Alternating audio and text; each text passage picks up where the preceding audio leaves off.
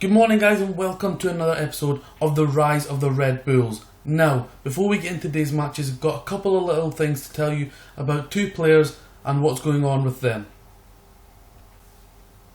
So current number one goalkeeper Fabio Coltorti, the 35-year-old Swiss player, he is moving to Switzerland. He's joining Zurich on a free transfer in July the 1st and he's been with us since 2011. Been number one this season. He's actually done okay, very experienced, but it's time for him to move on. We'll keep him as the number one for just now and the rest of the season before he moves on, and then we will look to replace him with a quality long-term replacement, probably ballpark age 22, 23 plus for the future seasons to come.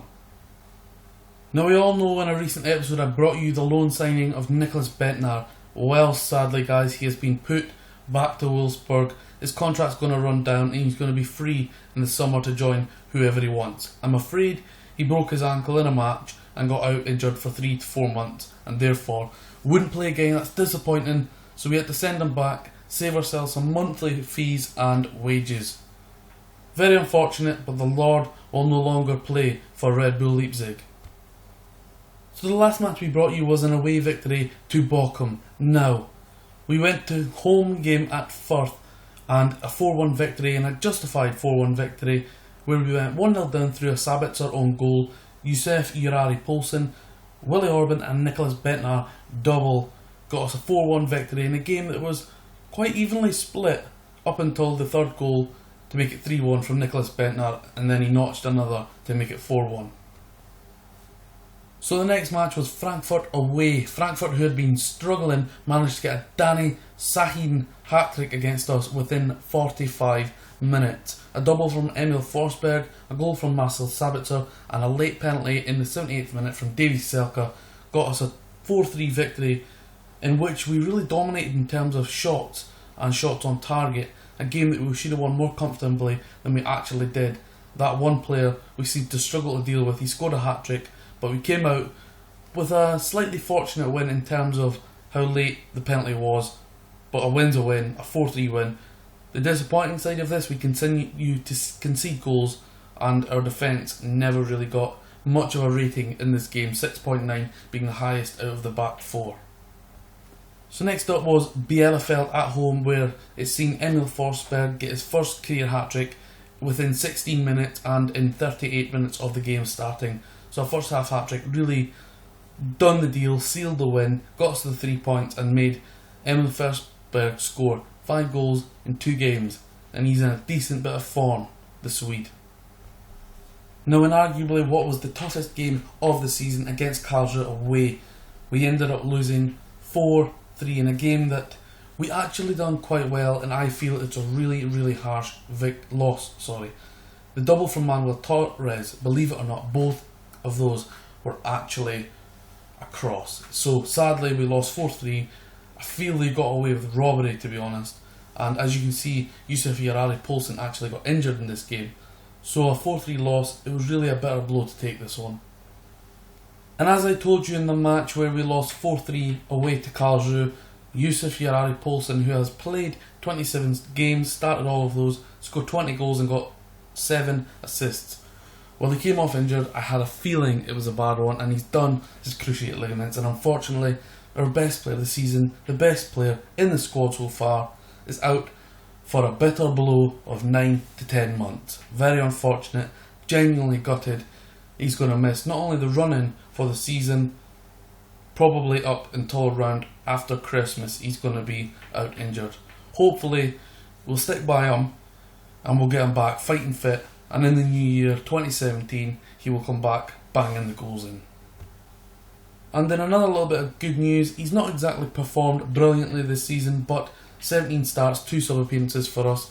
Christopher Ayer, age 17, we brought in from, I think it was Start, and he has now been capped at full international level from Norway, age 17, so that's a positive, and he's got a very bright future for Red Bull Leipzig. So coming in to replace the injured Youssef Jurari Poulsen is Federico Palacios Martinez, a young 20-year-old who I have quite high hopes for. Now, Davy Selke has been pushed into the defensive forward role that Poulsen had played in. Federico Palacios Martinez will play his favoured poacher role. hopefully he can score a few goals towards the end of the season. So after that defeat away to Karlsruhe, it was back to the Red Bull Arena where we welcomed 8th place Kaiserslautern. Now, they got a man sent off after a second yellow to Patrick Ziegler, who got 2 yellows in 2 minutes between 37 and 39. Silly red card for him, but we did largely dominate the game with only keeping Kaiserslautern to 2 shots on target and possession in our favour. We got a goal just before half time to that man, the Poulsen replacing Federico Palacios Martinez in the 42nd minute, which really got us a bit of confidence after they got a man sent off. And in the 76th minute, our star defender, one that I'm pinning high hopes on to be a big player in the future, Lucas Klosterman, the complete wing back turned centre half by me. He got a goal, his 3rd of the season, and we take a 2-0 victory over Kaiserslautern, get us back into business and back winning. So there's a little update for you guys. We have played 4 games since the last update. Now, in the last 7 games, we've won 6 of them, keeping 4 clean sheets, losing 1. So we've got a run in with teams such as Paderborn, 1860 Munich, Sandhausen, Nuremberg, Braunschweig, Union Berlin. And if I'm not being overconfident, I would expect minimum 5 wins out of 6. Hopefully we'll get 5.